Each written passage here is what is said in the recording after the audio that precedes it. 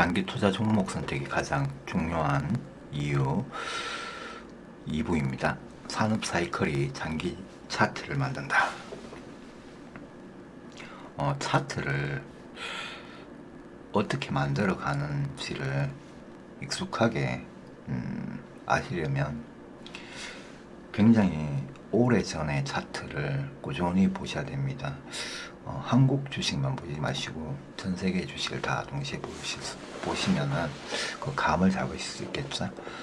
어떤 정체 산업이냐, 태동기 산업이냐, 그리고 태동기 이후에 성장 산업이 됐을 때 그 주가가 얼마나 이렇게 가는지, 그리고 살아남는 기업들은 어떤 기업들인지 이런 걸 보셔야 되겠죠.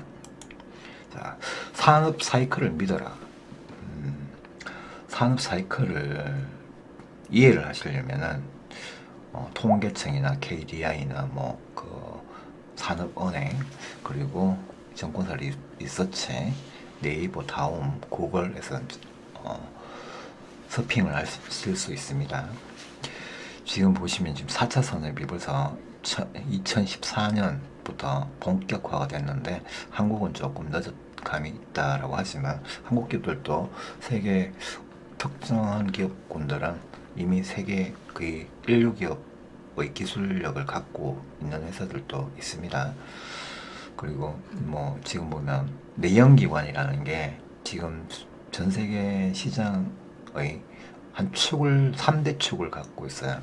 반도체 시장이 하나, 그 다음에 내연기관, 지금 자동차죠. 가솔린이나 경유로 가는 내연기관 자동차가 또 한 축을 가지고 있고, 또 한 축은 이제 철강 산업이나 조선 이런 제조입니다. 그 다음에 또 하나는 부동산이에요. 부동산 규모도 굉장히 크죠. 어떻게 보면 부동산은 이제 실수요 자산을 뺀 나머지 투자 자산으로 봤을 때 그 규모도 상당히 크다라는 거고, 실수요까지 합치면 가장 큰 규모가 되겠죠. 자, 이 성장률, 이게 제가 만든 게 아니라 블룸버그라는 전 세계에서 5위 안에 정도 들어가는 그런 언론 매체에서 만든 자료입니다. 블룸버그 비즈니스 쪽에서 만든 건데, 이 앞으로 전기차 산업이 이렇게 성장한다. 4차 산업 포함한 이렇게 성장한다. 여기는 이제 전기차만 나와 있는데, 전기차가 지금 우리가 2020년에 있잖아요. 지금 이제 여기다 삼성전자 반도체를 생각해 보면 딱 30년 전 정도의 위치에 있다라고 봐도 되겠죠. 이렇게 보시면 됩니다. 자, 산업 사이클 미래 성장 지수를 읽어라. 자, 이게 제가 통계청하고 KDI하고 이쪽에 자료를, 통계청이랑 KDI는 자료를 공유하고 있기 때문에 그게 똑같습니다. 약간의 이제 연구 과제에 따라서 약간씩 다른, 세부적으로 약간씩 다르다. 그 정도고. 자, 통계청 5년 평균 합본을 했는데 보면 여기서 가장 중요한 게 뭐냐면, 되게 산업의 우리는 투자의 관점이잖아요. 투자의 관점에서는 연간 성장 지수가 가장 중요합니다. 연간 성장 지수가 이 포화 상태, 성장 지수를 알려면 포화 지수하고 이게 상관관계가 있죠. 실적은 상관관계가 별로 없어요. 사실상 수주 증가율도 상관관계가 아주 높고, 실적은 경쟁 지수하고 관계가 있습니다. 아무리 포화 시장이라도 내가 경쟁에서 이기면은 남은 시장은 계속 돌아가고 있기 때문에 성장률이 정체가 되더라도 나머지 기업들이 망하면 망하지 않은 1위, 2위 기업들은 계속 돈을 벌죠. 근데 실적은 매출은 꾸준히 증가하는데 영업이익률도 증가하는 퍼센티지가 굉장히 저조하다는 겁니다. 한때는 폭발적으로 증가했다. 그리고 지금은 정체가 됐다는 이야기예요. 예전에는 20%, 30%씩 계속 매년 그렇게 올라갔다가 지금은 매년 5%에서 멈춰 있다는 겁니다. 그럼 그게 주가에 반영이 되는데 어떻게 반영되는지는 제가 차트로 보여드리겠습니다. 우리 한국 주식만 쳐다보고 잊지 마시고 세계가 어떻게 변화하는지를 오늘 확실하게 보여드리겠습니다. 자, 이 차트를 보시면 철강산업은 이 연간 성장 지수가 거의 5에서 한 7 정도밖에 안 된다. 그리고 포화 지수가 엄청 높아요. 그렇죠? 포화 지수. 포화 지수가 높은 종목군, 기업군들 보면 철강, 자동차, 조선, 그렇죠? 굉장히 높죠. 근데 반도체도 60이나 됩니다. 지금 반도체도 아직까지 포화 상태로 가려면 아직 40% 정도 남았다. 이게 왜 40% 남았냐면 4차 산업이 지금 왔잖아요. 4차 산업이 왔기 때문에 4차 산업에는 그 반도체가 또 중추적인 역할을 합니다. 그렇죠? 자, 성장은 많이 했지만 30년간 했지만 앞으로 또 20년 이상 할 수 있다는 얘기예요. 근데 조선 자동차 철강은 지금 박 터진 밥그릇 싸움을 하고 있다는 얘기입니다. 실제로 자동차 중에 현대자동차는 살아남았죠. 10개 회사를 보면 지금 10개 회사의 8위 하는 닛산이 올해 아니면 내년에 파산을 할 거다고 합니다. 지금 실적뿐만 아니라 주가도 완전히 다 받아치고 있어요. 포드 자동차나 저기 크라이슬러 같은 경우, 크라이슬러하고 아우디는 회사가 망해서, 아우디는 한국에서 잘 팔리는 걸 알고 계시죠? 중국에서도 잘 팔렸고, 근데 아우디가 폭스바겐에 넘어갔습니다, 회사가. 그리고 크라이슬러는 미국 3대 자동차 있죠. 미국 3대 자동차가 포드, GM, 크라이슬러인데 크라이슬러도 벤츠에 먹혔습니다. 이렇게 보시면 돼요. 그 실적이 계속 좋고 성장률이 좋았으면 먹힐 일이 없겠죠. 포화 시장에서 살아남는 경쟁을 하다 보니까 보도가 난 거예요. 자, 그런 관점. 조선은 또 마찬가지. 우리나라 조선 그 3년 동안 수주 잔고가 엄청 많죠. 많은데 한동안 어떻게 됐죠? 지금은 많은데 문제가 뭐냐면 전 세계 조선 선사들이 굉장히 많이 생겼고, 수주량은 전 세계 100이라고 하면 조선 선사는 300이에요. 그러니까 이게 물량을 딸 수 있는 경쟁력을 갖춘 기업이나 국가가 이기는 싸움이라는 거죠. 치킨 게임이 되고 있다는 겁니다. 철강 자동차 조선은 치킨 게임이 되고 있어서 굉장히 위험하다. 그래서 주가에 반영이 되고 있다. 이 주가 반응이 어떻게 되고 있는지 한번 보여드리겠습니다. 반도체는 아직까지, 반도체도 이 진통을 한번 겪었습니다. 겪고 난데 이긴 자들의 이제 뭐예요? 잔치가 지금 벌어지고 있는 거예요. 반도체 같은 경우에 도시바도 지금 문을 닫았죠. 도시바도 넘어갔는데 최근에는 파라소닉도 이제 작년 말인가 올해 총각 1월달이었나? 그 대만 회사인가 어디에 넘어갔습니다. 벌써 파라소닉 그 반도체 분야가, 반도체를 이제 더 이상 뭐 생산 안 하고 설비를 다 떼서 중국 쪽으로 넘어갈 겁니다. 중국하고 대만의 합작 회사 쪽으로 넘어가는 걸로 알고 있는데 지금 남아 있는 거는 그거밖에 없어요. 2차 전지 배터리 부분.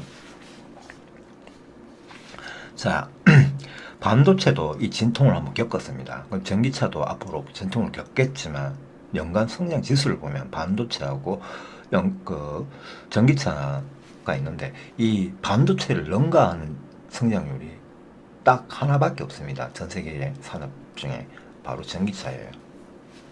그리고 자, 지금 포화 지수가 낮으면 낮을수록 뭐예요? 낮으면 낮을수록 성장할 가능성이 있다는 겁니다. 100이 포화의 끝점이라고 하면 이게 지금은 얘는 포화 지수가 5나 10밖에 안 된다는 얘기예요.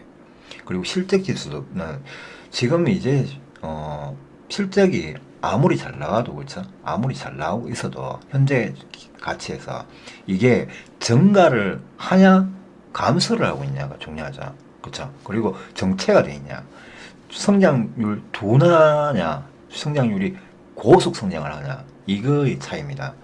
실적이라는 거는. 물론 우리나라의 철강 같은 경우에 포스코 같은 경우에는 계속 증가를 하고 있죠.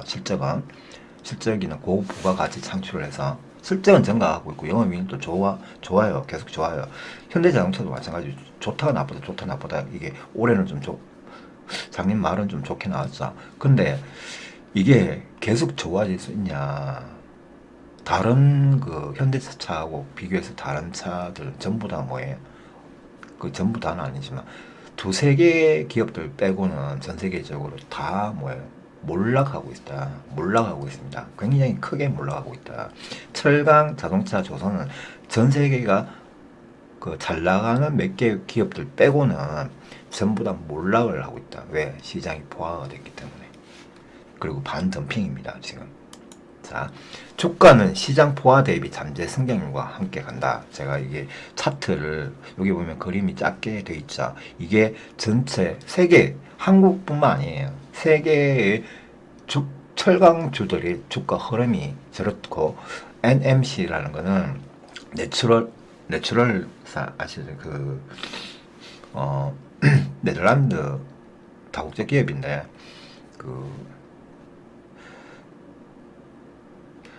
뭐 식품 같은 거 만들어요. 그러니까 커피 같은 거 이런 거. 그 다음에 맥도날드, M은 맥도날드입니다. 여기.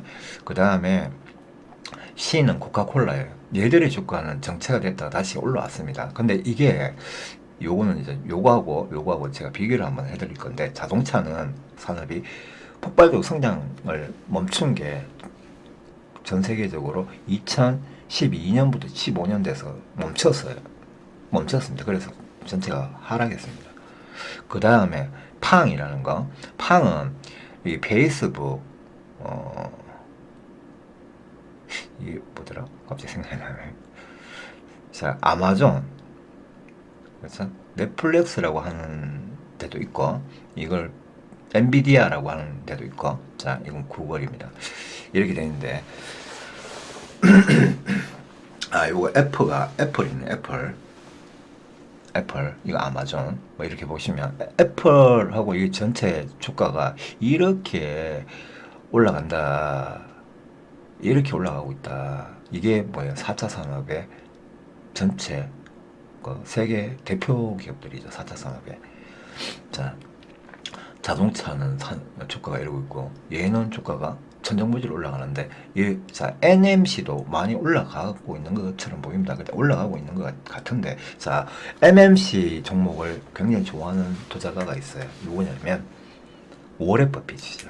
근데 워렌 버핏이 정말 크게 성공한 것 같은데, 어떻게 보면은 돈을 잘 벌고 있죠. 근데 워렌 버핏 자기 포트폴리오의 성장률은 지금 거의 15년, 20년 동안 성장률이 300% 정도밖에 안 나왔어요. 15년, 20년. 근데 그 전에 있죠. 코카콜라나 맥도날드나 이 내추럴 같은 저런 기업들이, 바오라는 껌 회사나 뭐 이런 거 이제 BOA 이런 회사들이 40년, 50년 전부터 해서 한 40년, 30년이나 40년까지는 성장률이 딱 이 팡하고 똑같았습니다. 그래서 워렌 버핏이 대단한 사람이 됐는데, 근데 워렌 버핏은 지금 머리가 좋은 게, 버커스 웨어라는 그 회사를 차려가지고 그 밑에 직원들이 이 팡이라는 기업들을 사서 계속 하고 있단 말입니다. 그래서 그 자산이 엄청나게 계속 불어나고 있는 거지. 워렌 버핏은 벌써 어떻게 보면 정도의 길을 걷고 손해 안 보는 장사를 하고 있고, 꾸준히 돈이 벌어지는 거, 배당이 많이 떨어지는 거, 요런 위주로 해서 10년, 20년 동안 그냥 200%, 300% 벌고 있다 이 말입니다. 근데 자기가 소유한 기업의 자산 가치는 몇천 프로씩 지금 상승 중입니다. 몇천 프로씩 상승 중인데, 이게 팡이라는 주식을 워렌 버핏이 안 사는 이유가 무슨 문제가 있다고 생각해요. 저는 지금 어떤 개념이 너무 단순화하고 미래 산업에 대한 어떤 믿음이나 미래 성장 산업에 대한 기대치를 자기가 못 따라가고 있다라고 보여집니다. 그 다음, 자, 고성장기 기업 차트들이 이게 보면 얘는 삼성전자 같은데, 얘 아니면 얘가 삼성전자 같고, 애플, 요거는 아마존 이러네. 요렇게 이제 보여지는데, 그 다음에 코카콜라도 최근에 이게 코카콜라인가 뭐 하나 있는데 근데 이게 수익률이 다 각각 틀립니다. 수익률이 아주 틀려요. 여기서 수익률이 가장 단기간에 가장 많이 오른 거는 아마존이에요. 단기간에 800% 정도 올랐습니다. 삼성전자는 장기적으로 하면 7만 프로가 올랐죠. 근데 애플도 마찬가지고.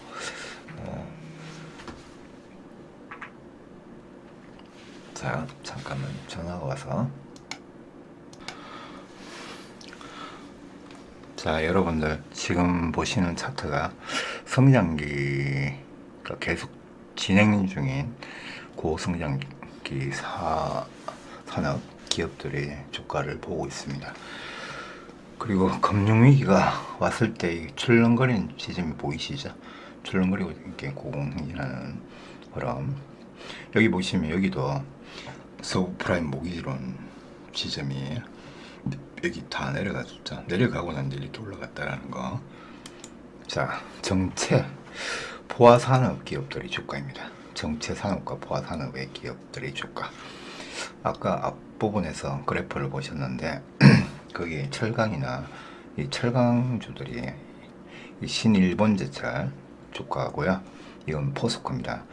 자, 포스코는 전 세계 1위예요 지금. 그리고 신일본제철은 30년 동안 1위를 하다가 지금은 2위 자리를 1위 자리를 뺏겨서 포스코한테 뺏겨서 지금 2위인데 1, 2위가 주가가 이러고 있습니다.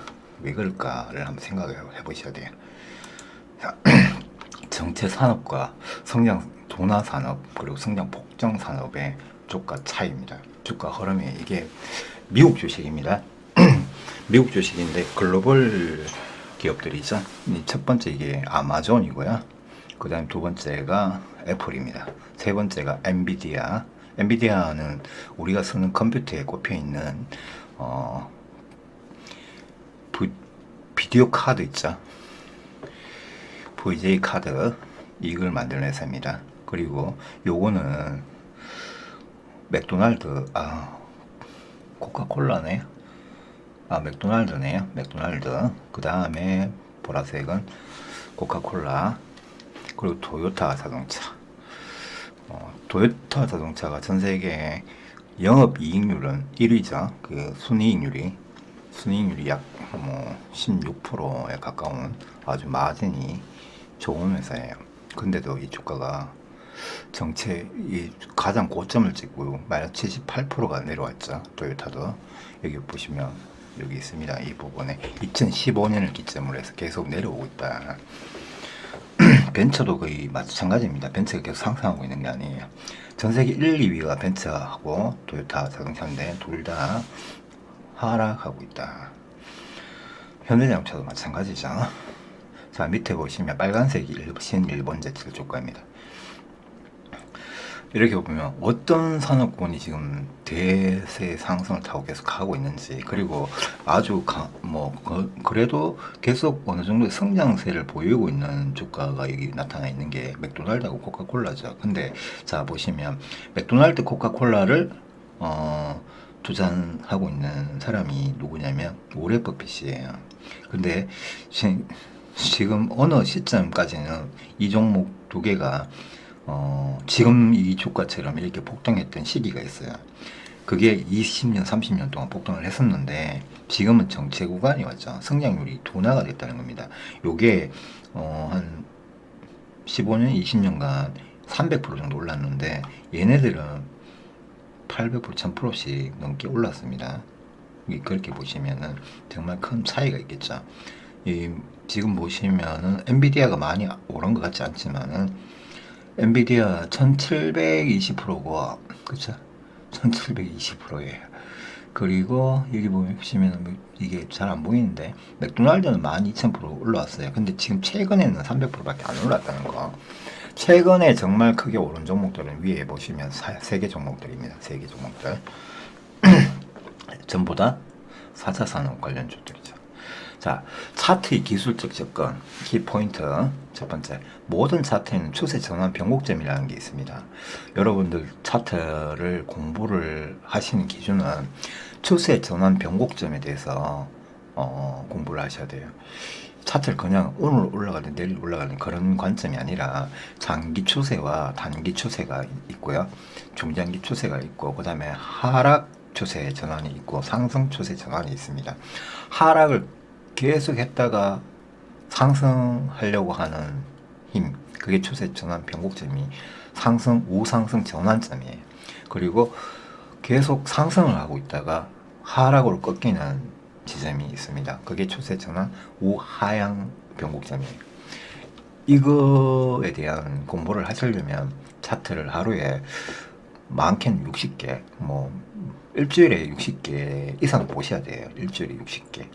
일주일에 60개면 꾸준하게 하루에 10개나 주말에 모아서 한꺼번에 다 보셔야 되는데, 이렇게 보시는 거를 일주일에 60개면은 석 달에서 6개월 정도 되시면 이 추세 전환 변곡점에 대해서 이해가 됩니다. 그런데 이걸 하루 이틀 만에 아니면 일주일 만에 다 마스터하겠다, 이건 불가능해요. 저도 이게 추세 차트만 보면 안 되고 차트와 다른 변수들이 있죠. 외부 글로벌 정시 환경, 그리고 뭐 돌발 악재, 호재, 그리고 가짜 뉴스, 그리고 정말 큰 악재, 그리고 개별 악재, 작은 악재, 상생 폐지형 악재, 이런 게 악재와 호재가 무수히 많아요. 그게 기간도 다르고요. 그리고 그 경중도 다르죠. 무게감. 그런 게 다 다르기 때문에 거기에 차트가 어떻게 움직였는지를 다 찾아봐야 됩니다. 찾아보셔야 되고, 경제 위기가 왔을 때 그 차트의 유형들을 또 어떻게 추세 전환 변곡점이 하방을 치러 갈 때 초입부, 그 다음에 그게 끝나고 난데 다시 상승하는 초입부, 이런 전환점을 잘 찾으셔야 되죠. 하방 치러 가는 그 상승하고 있다가 하락할 때 손절을 안 하면 큰일 난다는 거를 이해를 하셔야 되고요.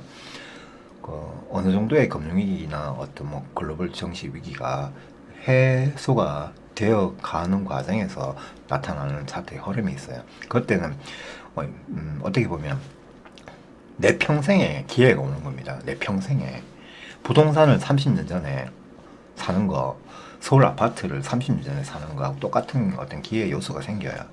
그리고 삼성전자를 30년, 20년 전에 사는 거하고 같은 어떤 추세 전환 변곡점을 계속 찾다 보면 거의 찾아집니다.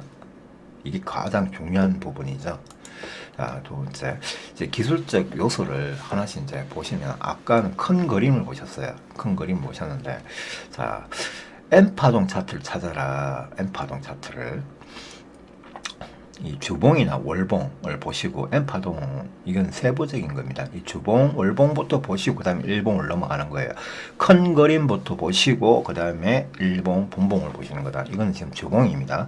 주봉인데, 자, 어떤 차트에 장기 흐름이 있죠. 그럼 선을 꺼서, 이게 하락 구간이고, 이 구간에 맨 밑에 이 라인 있죠. 이 라인을 어느 정도 닿으면 이게 상승이 나온다라는 게, 이게 보니까 추세가 있죠. 이게 추세죠. 공통적인 추세. 그러면 제가 화살표를 몇 개 빨간 걸로 해놨는데, 저런 지점마다 사면은 수익이 난다는 얘기예요. 그렇죠. 근데 이거 갖고 수익이 나는데 내가 여기서 목표를 잘못 지정하시면 안 돼요. 주식은 흐름대로 해야 된다는 거. 내가 목표가 100%야. 여기서부터 앞으로 100%, 300% 올라갈 거야. 이런 기준을 가지고 있으면 안 돼요.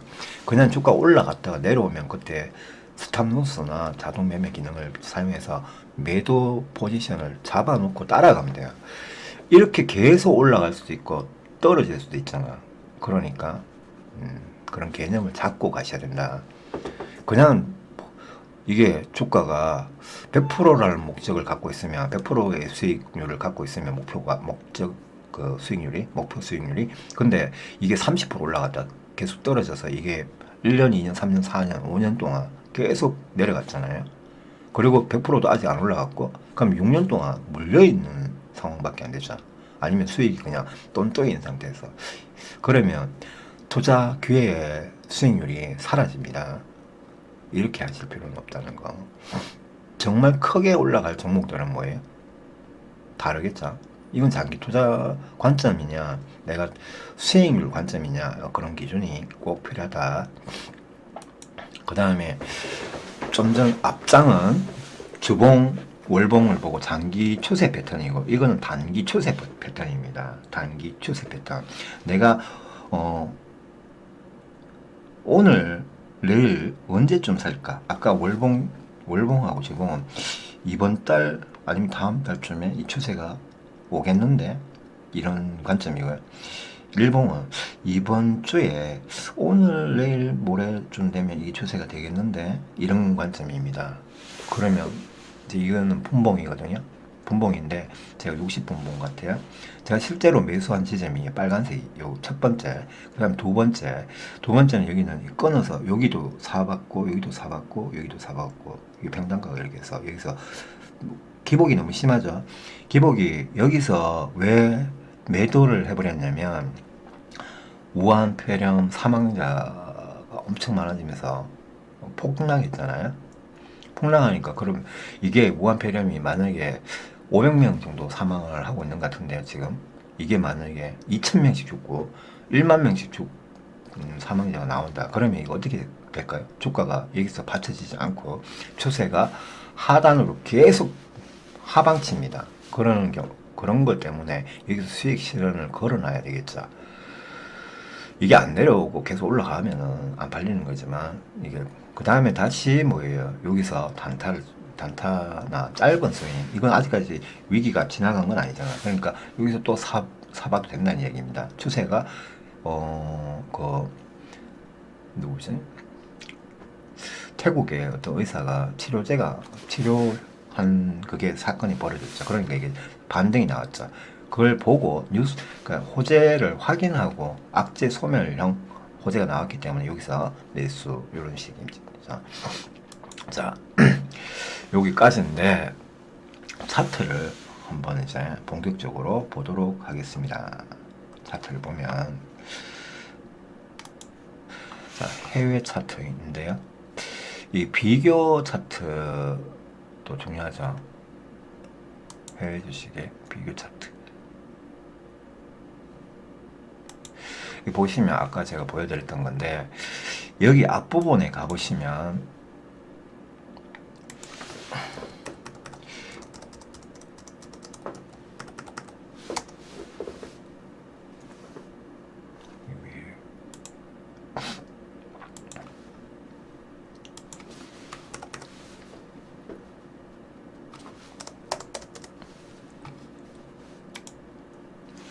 바뀌지 않네요. 앞부분에 여기 보시면 차이 약간 좀 그렇게 한데 안 보이는데, 여기가 금융위기가 온 지점이에요. 금융위기. 그렇죠. 2007년, 2008년 뭐가 있었죠. 여기가 2007년 10월 달쯤부터 해서 뭐가 생겼냐면, 서브프라임 모기지론이 생겼죠. 여기서 폭락했습니다. 전체적으로. 그렇죠? 전체적으로 다 폭락했죠. 근데 이 금융위기에 대해서 사람들이 굉장히 무서워합니다. 무서워하고, 지금 어떤 유튜브에 떠다니는 그 방송들을 보면, 금융위기가 또 온다, 그리고 앞으로도 또 계속 이제 너 재산 주식을 하면 재산 다 탕진한다, 이런 위주의 방송이 굉장히 많아요. 굉장히 많은데, 그분들은 오늘 당장, 오늘 내 시야가 너무 좁다, 오늘 당장 몇 달, 1년 정도만 보고 사니까 그런 거예요. 근데 이거를 100년이라는 지표를 쳐다보고 있으면, 주가라는 게 이 0을 기준으로 했다 치면 1920년대 있죠. 30년대 이렇게 굉장히 출렁거렸죠. 30년대, 40년대 이 전쟁도 터지고, 그 유럽이 아사자도 엄청나 많이 나왔죠. 이게 대공황이 생겨서 이렇게 출렁출렁 했습니다. 출렁출렁 하고 난데, 이 뒤에 어떻게 됐죠? 1950년대, 60년대 70년대. 영국이나 독일이나 얘들 완전히 뭐 어떻게 보면 영국, 독일, 프랑스는 그 서유럽 일대가 독일 때문에 완전히 전쟁으로 폐허가 됐잖아요. 폐허가 됐는데 그래서 그 나라들이 망했나요? 지금 유튜브에 떠들고 다니는 게 지금 망하니까 이건 절대로 하지 마라 이렇게 이야기를 하고 있잖아요. 망했습니까? 벤츠가 망했어요? 독일 회사인데 벤츠도 그금의 그 전쟁 배상금을 물렀죠. 근데 망했냐? 아우디 이런 회사 망했냐? 그때까지 아우디가 넘어간 거는 최근에 너무 많은 기업들이 포화 경쟁을 하다 보니까 최근에 그죠? 2000년대 후반에 와서 다른 회사를 넘어갔죠. 근데 자 벤츠나 아우디나 주가가 이렇게 올라갔죠. 그쵸? 올라왔습니다. 회사채 같은 게. 그리고 영국, 프랑스, 독일 뭐 채권 같은 것도 채권이 아니고 그 기업 전체 지수가 어떻게 됐습니까? 이렇게 올라갔죠. 올라갔습니다. 폭등했다는 얘기입니다. 그때 기준에서 보면 1950년대 기준에서 보면 이를 박스권을 형성했다가 폭락기가 있었죠. 폭락기가 있어서 있고 난데 얘들의 주가는 지금 말하면 전체 지수가 2만 프로 정도 올라왔어요. 2만 프로. 그러니까 100년의 지표를 보면 근데 2만 프로가 이렇게 올라왔는데 다시 지우고 보면 지우기가 없니 여기는. 자 주가가 올라오다가 폭락을 했어요. 그리고 올라올 때는 가파르게끔만 올라오지 않고 이렇게 하다가 또 올라옵니다. 그리고 꺾이다가 올라가고 꺾이다가 잘 가다가 또 금융위기가 옵니다. 많이 내려갔다가 푹 빠졌다가 이렇게 주주주주 올라오다가 또 꺾이고 올라가서 이렇게 됐다가 최근에 또 금융이 왔죠. 서브프라임 모기지로 이렇게 왔다가 이렇게 지금 뭐예요? 최근에 또 이렇게 무역 분쟁 오니까 있다가 지금 이렇게 또 올라가고 있죠. 여기 기준 보세요. 금융위기가 온 지점들이 보시면 하락하고 있냐는 게 아니라 추세가 상승하고 있다. 아시겠죠? 추세가 계속 상승하고 있다. 여기도 마찬가지고 지금 추세가 계속 상승하고 있다. 이 다음 금융위기가 또 오더라도 추세는 상승한다라는 거. 그리고 상승하는데 정말 일반 지수에 이게 일반 지수 종합 지수는 이렇게 가는데 정말 괜찮은 기업들이 있잖아요. 정말 좋은 기업들. 여기 대표 기업들.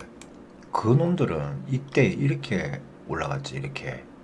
이렇게 올라가고 꺾일 때 같이 이렇게 조금 꺾이고 또 이렇게 올라가고 이거 지금 보시면 이렇게 올라갔잖아. 얘들이 금융위기가 와도 결국에는 이렇게 올라간다는 거. 지금 얘도 꺾였잖아. 그쵸? 꺾였죠. 다 꺾였어요. 얘들은 별 거 없었네요. 근데 다 꺾였는데 결국에는 어떻게 됐습니까? 계속 폭등하잖아. 이걸 아셔야 되는데 이런 기준을 세우셔야 돼요. 그리고 이제 한국 주식을 보면 한국 주식 이 농심입니다. 이 농심이네요. 농심 같은 경우에 IMF 터졌을 때 폭락했죠. 그쵸? 폭락했습니다. 그래서 농심 망했냐? 아니죠.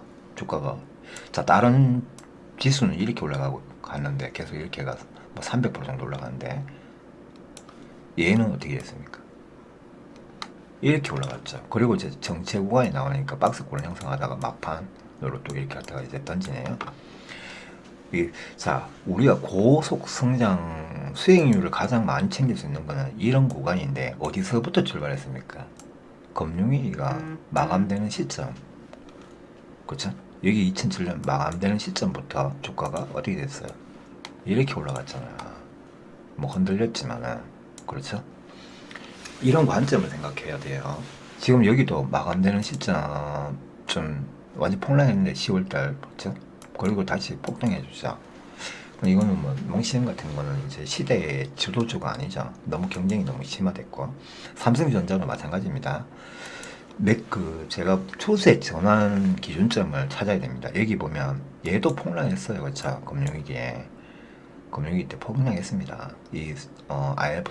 IMF도 폭락했는데 그 다음에 또 서버 불안 모기지로 터지니까 또 폭락했습니다. 주요 변곡점이 이게 여기는 뭐냐면 한국뿐만 아시아 기업들의 아시아뿐만 러시아 이런 신흥국의 이미징 마켓이라고 하는데 얘네들이 모노토리움 사태가 계속 벌어졌어요. 그리스부터 시작해서 저기 러시아, 남아프리카 공화국, 아르헨티나, 칠레 이런 나라에 이런 사태가 많이 벌어졌죠. 그러니까 이게 가지를 못하고 잡혀 있었던 거예요. 잡혀 있다가 이게 해제가 되니까 어떻게 됐습니까? 폭등이 나왔죠.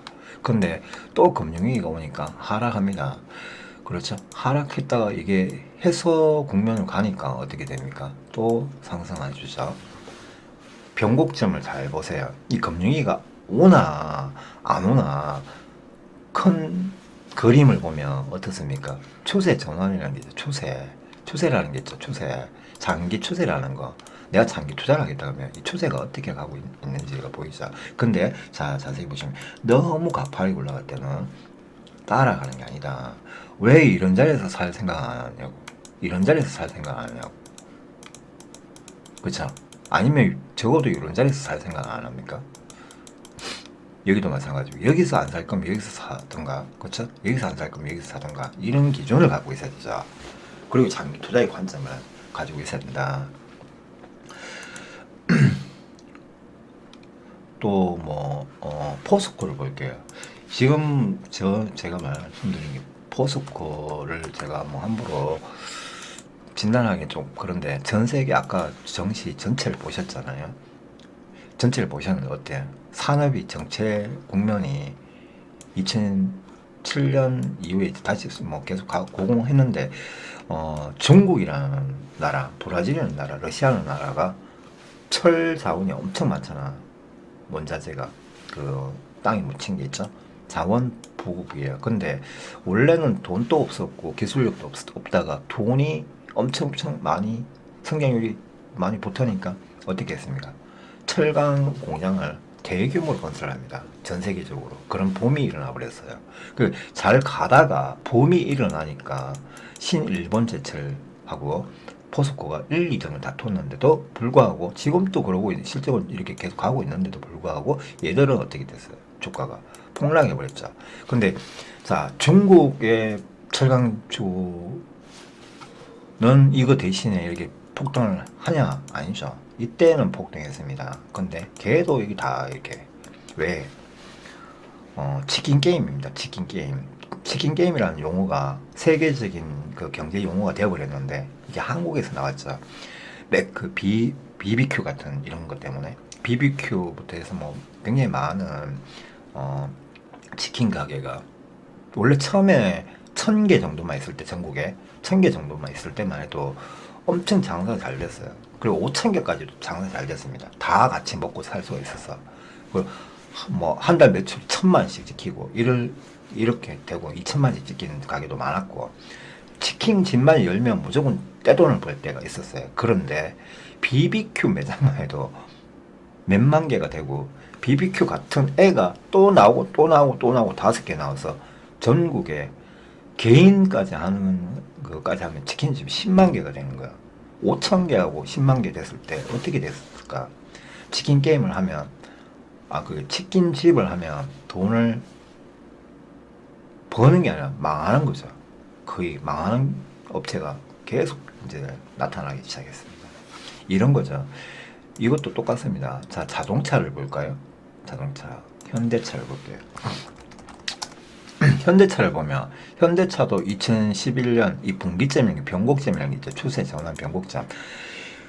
엄청나게 올라갔다가 이게 흔들리더니 내려갔는데 이게 전 세계 10대 자동차 회사들이 자동차는 계속 잘 팔리고 있어요. 그렇죠? 잘 팔리고 실적도 뭐 둔화되는 게 아니에요. 실적은 이렇게 되고 있습니다. 근데 이때는 실적이 어떻게 갔냐면 실적이 이렇게 가고 있었어요. 계속. 지금은 어떻습니까?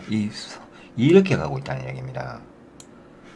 둔화가 됐잖아. 성장률이 둔화가 됐어. 아시겠죠? 그러니까 결국에는 이 주가가 밀리기 시작하는 겁니다. 성장률이 둔화가 되는 관점이 가장 중요한 거예요. 성장률이 계속 성장은 되고 있는데 매출도 좋은데 문제는 이럴 때 주가가 폭등하는 것이, 이렇게 내려갈 때는 주가가 오히려 하락한다. 무슨 말인지 아시겠습니까? 성장률이 이렇게 계속 매년 이렇게 올라가 주면은 얘는 이렇게 주가가 폭등을 하는, 가파르게 정말 이런 곡선이 나오는데, 결국에는 성장률 둔화가 되니까 경쟁 체제가 아까 치킨 게임화가 되니까 이렇게 되죠. 지금 닛산 지금 망한 기업들이 많아요. 아우디 넘어갔죠, 다른 회사에. 아우디가 한국에서 잘 팔려서 아우디 최고인 걸로 알고 계신데, 벤츠나 아우디가 아우디 타는 게 뭐 우리 한국인들의 로망이기도 하잖아요, 젊은 층에. 근데 아우디 회사가 넘어갔습니다, 복스바겐한테. 몇 년 됐어요. 그리고 미국에 있는 회사, 혼자 그냥 버티고 있는 회사가 포드밖에 없죠. GM도 거의 지금 작년에 원래 도산 신청을 했어요. 도산 뭐더라? 그 구조조정 신청을 했단 말이에요, 미국 정부에. 그걸 우리나라 군산 공장도 철수해버렸고, 크라이슬러는 벌써 망한 지 오래됐습니다.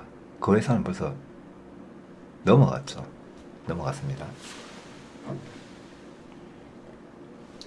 벤츠가 지금 크라이슬러를 보유하고 있습니다. 벤츠 크라이슬러잖아요, 지금. 벤츠 다임러라고 하잖아요.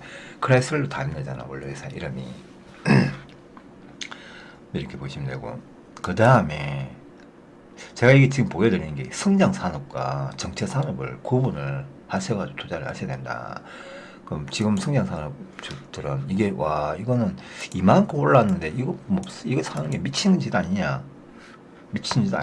볼 수 있죠. 근데 이게 지금 여기까지 왔는데, 아까 삼성전자를 가보도록 하겠습니다. 삼성전자 이렇게 당겨보면 여기가 어떻게 됐죠? 폭등했습니다. 그리고 여기도 폭등했습니다.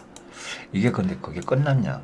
이게 어떤 기준에서 이게 이렇게 떨어지지 않고 이렇게 계속 갈 수 있냐의 기준이 뭐죠? 제가 포스케미칼 사라는 게 아니고 예시입니다. 이게 가능한 거는 뭐예요? 아까 첫 번째 그 자료의 그래프들 보시면,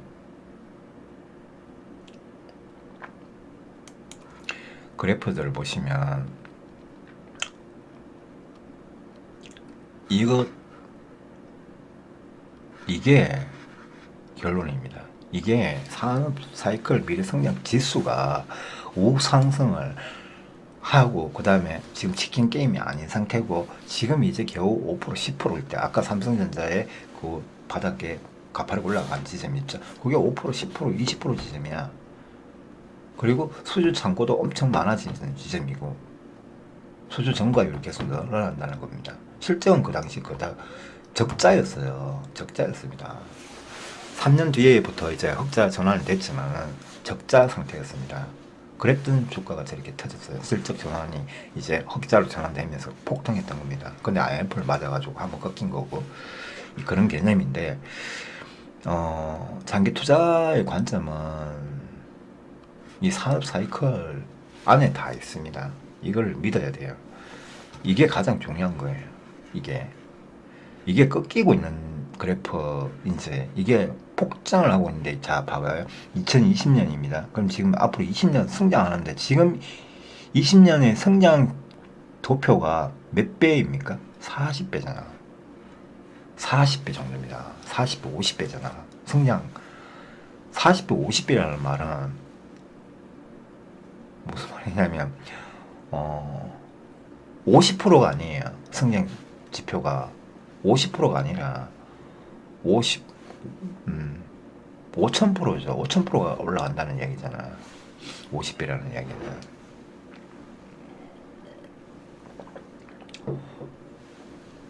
다섯 배면 500%고요. 5000%면 50배죠.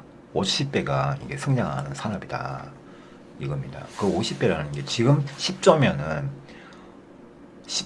50을 곱하기 하면 되겠죠. 그만큼 시장이 커진다는 얘기입니다.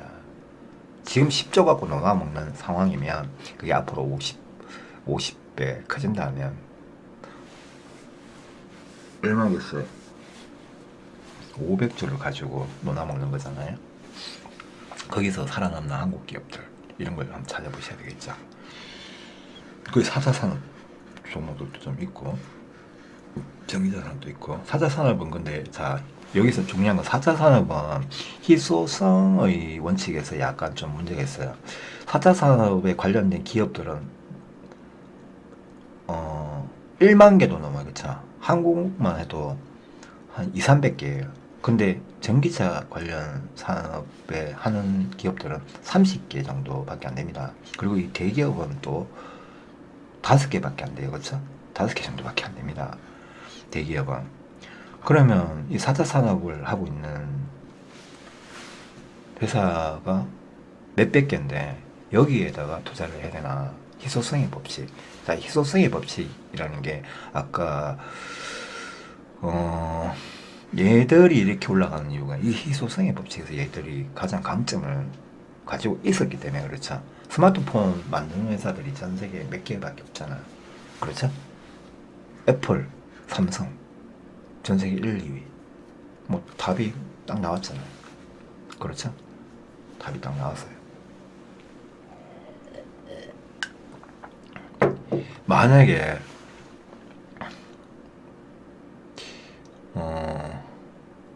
너무 많은 기업들이 같이 덤비면 이것도 치킨 게임 돼서 그게 결국 망하죠. 망하겠죠. 근데 여기서 이제 중요한 건 살아남을 기업인가. 자, 노키아하고 삼성하고 노키아는 주가가 어떻게 됐죠? 이 반대로 그냥 거의 사라졌잖아.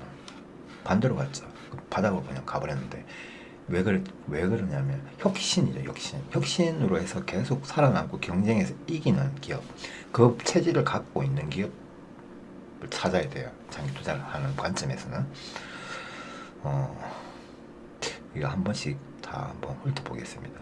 이 기업들이 주가를 경제 위기가 오면 이렇게 무너지는데 겨우 요 정도다. 이 정도의 위기를 장기 투자의 관점에서 보면 이게 아무것도 아닌 거예요. 아무것도 아닌 겁니다. 그것 때는 비중을 크게 더 많이 비중 확대 전략을 취하면 된다는 겁니다.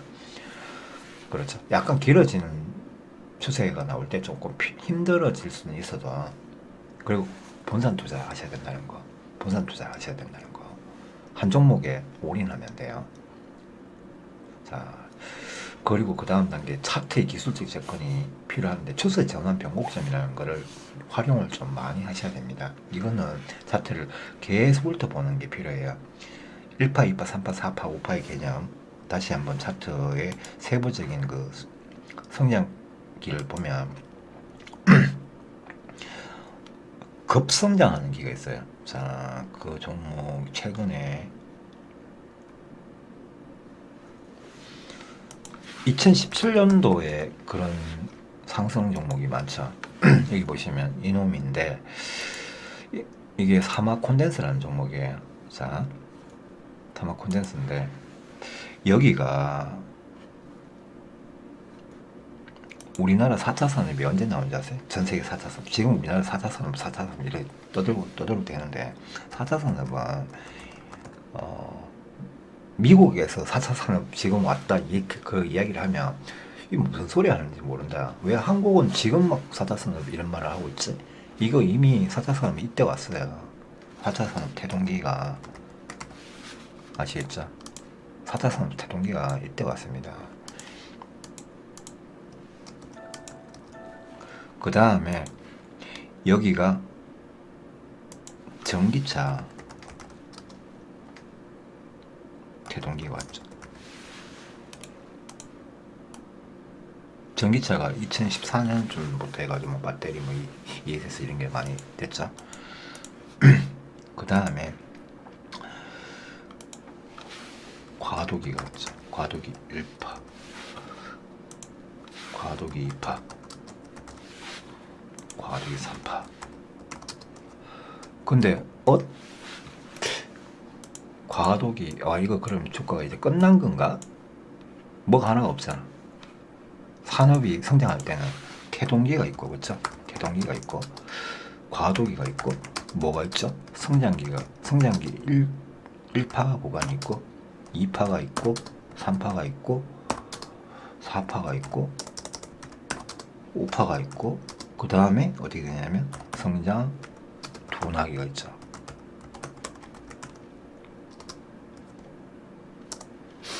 이렇게 있습니다. 이 개념을 좀 아셔야 돼요. 모든 주가는 여기 흐름에 따라서 간다라는 거. 거의 모든 주가가 성장 둔하기가 된 종목을 사게 되면 어떻게 됩니까? 어떻게 될까요? 망하는 거지 뭐. 맞으면 쫄딱 망하는 겁니다. 쫄딱 망해요, 그렇죠? 태동기, 과도기, 성장기 1파, 2파, 3파, 4파, 5파까지 어떤 종목 7파까지 나와있죠. 삼성전자 같이 이런 애플 같은 거는 7파가 지금 진행 중입니다. 7파까지 가고 있어요. 지금 6파거나 7파를 진행 중인데 이게 7파 지점이 보통은 끝파가 가장 많이 갑니다. 과도기는 3파까지 3파가 제일 많이 크게 올랐잖아. 끝파 그러니까 5파나 3파나 이게 만약에 성장기도 기업에 따라서 다른데 3파가 끝쯤이면 3파가 가장 많이 가고요. 이게 5파까지 나오는 종목들은 5파가 제일 많이 갑니다. 그러니까 이렇게 보시면 돼요. 성장 둔하기가 되면 이거는 그냥 주가가 다 던져지는 건데, 자 과도기에도 뭐예요? 과도기는 성장 둔하기가 아니에요. 과도기는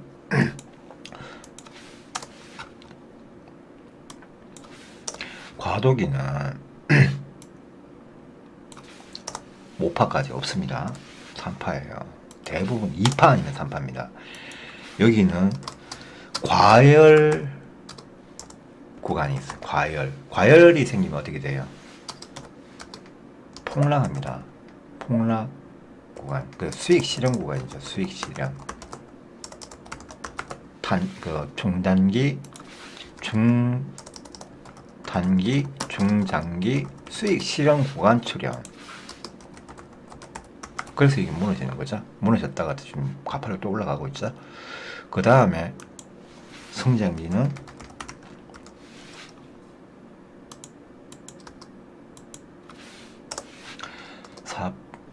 1파, 2파, 3파 3파에서 발생할 수 있어요. 여기가 끝일 수 있어요. 여기일 수도 있는데, 자 4파, 5파까지 나왔다. 정말 초16이면 5파까지 나온다 했죠. 5파에서 뭐 7파까지 나온다 했는데 성장 둔하기가 오기 전에, 자 5파가 되면 어떻게 하냐? 전 세계 큰손들이 큰손 수익 실현 완료 구간입니다. 완료 구간이 출현해요. 자, 이게 여러분 여기서 조심해야 되는 거는 큰손들이 5파 꼭지점에서 파냐? 아니에요. 절대로 그렇지 않습니다. 3파 지점 올라가는 맥점 중간 70% 정도 올라선 때부터 그때부터 계속 매도합니다. 계속 매도한다고. 계속 매도하면서 주가를 끌어올려서 평단가를 조금 손해 안 보려고 어느 정도 판 거를 조금 넣으면서 넣은 돈을 올라가는 꼭지점에서 왜 돈을 넣냐? 이게 꼭지점이 올라간 상태에서 공매도를 칠 돈이에요. 그게 공매도를 쳐서 돈을 번다고. 또 우리는 올라갈 때만 벌지만 걔는 내려올 때도 돈을 버는 거잖아요. 내릴 때도 돈을 번다는 겁니다. 헤지 펀드들이. 자, 성장기 1파, 2파, 3파 이 컨선 수익 실현 완료 구간이 나오고 성장 둔하기에는 공매도 수익 구간이다. 그 대량 공매도를 집중한다. 아까 포스코 보셨죠? 신일본제철 보셨죠? 그렇게 그 구간들을 두들기 맞으면 그렇게 됩니다. 현대차 보셨죠? 이것도 뭐예요? 3파가 나오고 난데 얘가 여기서 딱 다 어느 정도 뭐 단기, 중단기, 중장기로 들어간 거는 여기서 들어갔다 아니면 여기서 들어갔다 치면 얘를 벌써 수익 실현을 했을 겁니다. 여기서 한 번씩 분할 매도 다 하면서 여기서부터 막 팔고 있다가 다시 사줍니다. 꼭지점에서 왜 사냐면 여기서 만약에 밑에서 1,000억을 벌었어요. 1,000억 수익. 근데 여기서 이상하게 한 100억을 넣습니다. 100억을 넣어줍니다. 매수를 해줘요. 그래서 막 따라갑니다. 사람들이 꼭지점에서 그 호재 무슨 이슈 같은 거 내주고. 그런데 따라가면 큰일 나는 게 뭐냐면 이 100억이 갑자기 사놓고는 100억 갖고 내질러 버린다는 게 공매도를 친다는 겁니다. 돈 주식 빌려와가지고 공매를 묵 치면서 이 100억이 평당가가 이렇게 될 때까지 내려간다는 얘기예요. 이 100억 여기 손해 본 것 같죠? 손해 보는 게 아니라고. 여기서 100억을 버는 거예요. 여기서 100억이 아니고 100억 넘게 벌죠. 이게 40%까지 까이면 예를 들어서 100억이 아니고 이게 1000억을 수익 내고 500억을 배팅하면 500억에 40%면 300, 400억이잖아요. 마이너스 40%까지 미는 이유가 여기서 약 500억, 그러니까 200억, 그냥 대충 한 500억을 수익 낸다. 공매도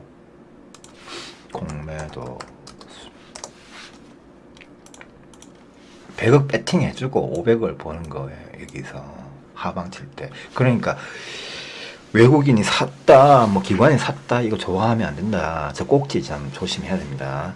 사주는 척 하다가 저기 장대봉이 딱 나오면서 절단하는 게 있습니다. 이 차트를 보면 여기 올라갈 때 보면 장대봉이 나오고 계속 연속 장대봉이 막판에 계속 나오다가 어떻게 이 대우조선 해양인데요. 꼬리가 생기죠. 위로 꼬리가 엄청나게 생기죠. 그쵸? 그때부터 공매도가 시작하는 거야. 이게 신호 전조현상입니다. 이런 게. 여기는 보세요. 올라가다가 그냥 뭐예요? 장대봉, 음봉, 양봉, 이거는 물량 빼서 먹으면서 그냥 계속 이제 개미돈 털고 계속 하는 거고, 이거는 계속 올려주는데 막판에 이런 게 나오면 큰일 난다. 아시겠죠? 그리고 던진다. 던지는 것도 M자가 생긴다. M자가. 공매도 친 것, 대량 공매도 쳤을 거 아니에요. 여기서 거의 1조 정도 배팅 해가지고, 1조 정도 벌었으면, 여기 꼭대기에서 한 1000억을 넣어줬다가, 여기서 5천조를 가지고 공매도를 쳐가지고, 그럼 5천조 공매도 쳤자. 이게 M자가 왜 나오냐면, 꼭지점, 대형 M자가, 버려진 종목들을 보면 전부 다 M자가 있어요. 삼성전자나 SK하이닉스도 조심해야 되는 게, 만약에 버릴 때는 지금 막 올라간다고 하지 말라는 거예요. M자가 왜 생겼냐면 공매도를 집중 사주면서 공매를 칩니다. 사주면서 공매를 쳐요. 공매를 치면서 까면서도 지들 거 팔아요. 팔고 사고 해요. 그러다가 사주는 거니까 외국인이 많이 들어오네. 그럼 나 따라가 볼까? 이렇게 하는데 결국에는 어떻게 되냐? 여기서 5천억을 때려가지고 밑으로 까놓고 여기 밑에서 다시 삽니다. 지들이. 차트는 벌써 자기들이 계획표에 다 있어요. 이렇게 만드는 게. 그 공매도 친 만큼 여기서 삽니다. 그러면 이게 또 수익이 나죠. 그럼 여기서 한번 1차 상승 버블 수익 1조, 공매도 수익 5천억, 그 다음에 여기 공매도 쇼커버링, 공매도 5천억을 쳐가지고 쳤으니까 5천억 벌었겠죠. 쇼커버링. 자, 공매도 쇼커버링이 무슨 말이냐면, 공매도를 그만큼 쳤으면 갚아야 되잖아. 그 5천억을 갚아야 돼요. 그러면 이 5천억 갖고 대사기를 한다는 얘기입니다. 이 외에 주가가 이 바닥에서 다시 올라가서, 산이 보통 보면 주가가 어떻게 되냐면, 올라갔다가 한번 내려올 때는 받침대가 이렇게 생겼다가 내려가죠. 여기가 공매도 쇼커버링이에요. 요거 지나면은 이렇게 올라가는 게 아니라, 정체산업이나 사양산업, 도나사업 뭐 이렇게 됐다가 여기서 못 팔면은 그거는 끝나는 거예요. 이걸 몇 번 합니다. 이렇게 끝나는 거야. 이게 올라가는 이유가 올리려고 올리는 게 아니라, 이까지 여기서 이탈하기 위해서 공매도 쳐 내린 거 같고 수익 낸 거 같고, 공매도 친 거는 다 빌려온 주식이기 때문에 갚아야 되잖아. 그럼 그 갚아온 금액만큼 여기서 사는 거예요. 사서 끌어올립니다. 끌어올려서 또 팝니다. 그러면 수익이, 자, 여기 한번 있고 공매도 쇼커버링 수익, 이것까지 쇼커버링 수익. 이거는 약 2천억. 이렇게 버는 거예요. 이 헤지 펀드들이 돈을, 주가가 폭락을 하든 상승을 하든 다 돈을 벌고 있죠. 우리는 얘를 따라갈 수도 있고 얘를 따라갈 수 있는데 얘가 없죠. 근데 여기서 돈을 다 까먹죠. 그리고 여기서 따라가면 어떻게 돼요? 망하는 거지. 망하는 거지. 우리는 여기서 따라가든가 여기서 따라가야 돼. 그리고 요거는 짧게 가야 되고 여기는 길게 따라가는 게 좋고, 그렇죠? 이게 굉장히 중요한 포지션입니다. 이게 굉장히 중요해요. 이거를 몰라요. 공매도로 까서 이게 돈을 벌어가는 거. 그 다음에 뭐 그 SK 하이닉스를 한번 보도록 하겠습니다. 제 논리니까 여러분들 너무 뭐 지금 보시면 제가 SK 하이닉스가 월봉인데 연봉으로 보면 이렇습니다. 아직 뭐 이거는 중요한 게 아니에요. 이게 뭐 7천만 원 했다 70만 원 했다 이게 중요한 거 아닙니다. 자, M면 병합하고 M면 분할했으니까, 자 월봉을 보면 최근에 이게 M자가 생길 수도 있다라는 게 뭐냐면, M자가 생길 수도 있다라는 게 반도체 회사들도 지금 차츰차츰 뭐예요, 초창기에 경쟁력에서 진 기업들이 전부 다 사라졌죠. 얘도 SK 하이닉스일 때 망했었잖아. 어쩐 제가 앞에서 망했었다가 지금 다시 이렇게 됐죠. 됐는데 문제가 뭐냐면 이제 정체 구간이 나왔다는 겁니다. 어느 정도의 정체 구간이 나왔을 때 이게 계속 올라가다가 산이 이렇게 됐다가 하다가 떨어질 경우에, 그리고 산이 보통 정말 대형주들은 산이 3개 생긴다 했잖아요. 그리고 이렇게 떨어지면은 어떻게 될까? 무섭죠. 무서워요. 포스코를 볼게요. 포스코 실적이 나쁩니까? 지금 또 엄청 좋은데 산이 2개가 생겼잖아요. 그쵸? 포스코, 현대차 산이 3개 생겼어요. 예. 그쵸? 와, 실적이 가장 좋은 해가 어디인 줄 아세요? 여기잖아. 여기잖아. 실적 갱신 계속 여기가 됐는데 주가는 어떻게 됐습니까? 뭐야? 왜 이러지? 실적이 여기가 제일 좋은 게 아니냐. 처음 제일 좋았던 지점이고. 자, M자가 생겼죠. M자가 산이 3개 생기고 다 던졌잖아. 던져버렸어요. 그렇죠? 이게 전기차로 성공하면, 뭐 수소차나 전기차로 성공하면 또 다시 올라갈 가능성이 있겠지만, 그 다음에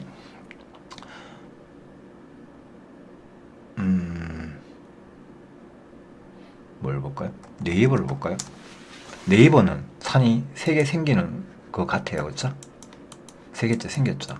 3개째 생겼는데 네이버는 요번 약간 쇼크가 왔죠. 광고 수익 이게 엄청 떨어졌어요. 많이 떨어졌습니다. 근데 이건 4차 산업 쪽으로 한다고 하니까 이게 만약에 두 가지입니다. 이거는 박스권이면 뚫어내서 올립니다. 이게 박스권이잖아. 여기가 박스권이니까 뚫어 올렸죠. 근데 이게 실적 전가율이 굉장히 좋아야 돼. 지금 AI도 하고 있잖아요. 거기서 얘가 살아남으면 저걸 뚫고 올라가는데, 못 살아남으면 어떻게 될까요? 못 살아남으면 아까 좀 전에 본 현대차처럼 가는 거죠. 포스코나 현대차처럼 가는 거예요. OCI를 보도록 하겠습니다. OCI 보시면은, 자, 우리나라 반도체주들 조심해야 되는 거예요. 뭐 삼성전자는 제가 볼 때는 계속 잘 나갈 수 있다고 생각하는데 SK하이닉스는 조금 그럴 수도 있어요. 근데 삼성전자도 주가가 이렇게 계속 고공행진할 수 있을까?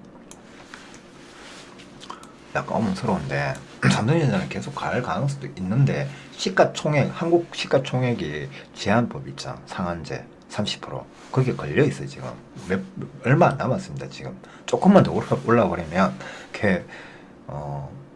그 국민연금이나 그 우리나라 연기금이나 매도 포지션이에요. 기관은 매도를 해야 돼요. 살 수가 없습니다. 그렇죠? 그런 공포감이 있기 때문에 큰 기업들, 정권사나 그런 데서는 지금 버버를 만들어가지고 마지막 털기를 하고 있을 수도 있습니다. 버버를 만들고 털거든요. 항상 이렇게. 크게 올려가지고 털지. 그냥 지금부터 팔자 이게 아니라고. 여기 따라가서 산 사람들이 작살 나는 거예요. 그쵸? 작살 난다고. 이런 구조가 생기면 큰일 납니다. 미국 기업들도 이런 거 많아요. 던져진 기업들. 자, 그 다음에 삼성 SDI를 보면 여기 보시면 박스권을 형성했다. 아까 제가 이야기했죠. 박스권을 형성했다가 얘가 뒤에 어떤 수요나 산업 수요 같은 산업 사이클이 있으면은 성장할 산업 그게 있으면 이렇게 치고 올라간다는 이야기입니다. 제가 이거 나오기 전부터 제가 이거는 박스권이 이거는 상단이라서 좀 무서워 보여도 이거는 결코 무서운 자리가 아니다. 여기하고 거의 똑같은 자리다. 이 박스권을 형성했던 그 자리하고 똑같은 자리니까 겁을 내지 마라. 맞죠? 여기도 마찬가지입니다. 박스권이라고. 이 전체가 얘의 박스권이에요. 얘는 다른 신규 사업에 투자를 과감하게 계속 하고 있잖아. 그러니까 이 박스권 뚫으면 결국에는 이만큼 더 올라갈 수 있다는 겁니다. 이건 그냥 예측이니까 여러분들. 자, 박스권이 이렇게 막 흔들렸잖아. 이 박스권 있죠. 박스권을 뚫어내고 1파, 2파 가고 계속 갈 가능성도 있다. 아까 이거는 통계 자료, 그게 객관적인 지표를 기준해서 보셔야 된다는 거. 자, 오늘 방송은 여기까지인데 여러분들이 항상 명심하실 게 통계 자료에 객관적인 지표를 가지고 보셔야 됩니다. 아시겠죠? 통계 자료. 통계 자료에 근거한 투자 원칙. 통계 자료에 근거한 원칙. 자, 수고하셨습니다. 성투하십시오.